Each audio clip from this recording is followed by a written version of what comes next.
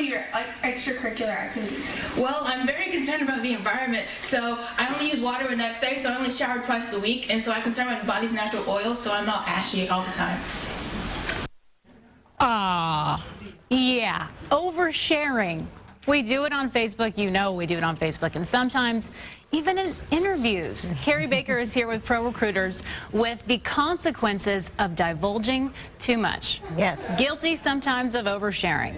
But I don't know if I did it in my interview here, but that's really something to think about, and it's not something we talk about a lot in preparing for interviews. Absolutely. And you know, a lot of times now, if you're interviewing with individuals that don't have an HR background, you're dealing with hiring managers or even business owners, they're going to have a more relaxed type of interview process.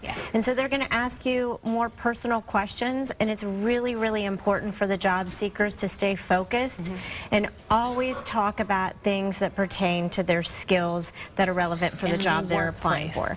Just as an example, oftentimes a very common interview question is, tell me about yourself. And I can rattle off numerous times that I've heard, you know, I'm new to Tulsa. I just moved here 2 weeks ago. I started dating a guy 2.5 weeks ago and decided to move here. Maybe not the best thing to reveal when you're trying to get a job somewhere. Or I'm currently going through a divorce, and then going off on a tangent about how awful their soon-to-be ex-husband is. Right. Or you've really heard all these things. We hear all these things. And also, too, we've had individuals that have gone out for client interviews, and the client has come back to us saying, we really felt like, you know, on paper they were great, but in person they have too much stuff. And so that was an indication that they were oversharing.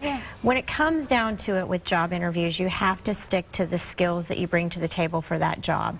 And oftentimes people just get guilty of feeling too comfortable and sharing too much information.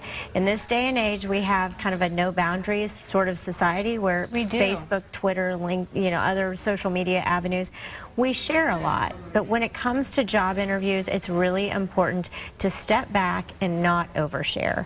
There's a time and a place for sharing when you get the job and when you start becoming friends with your colleagues and coworkers.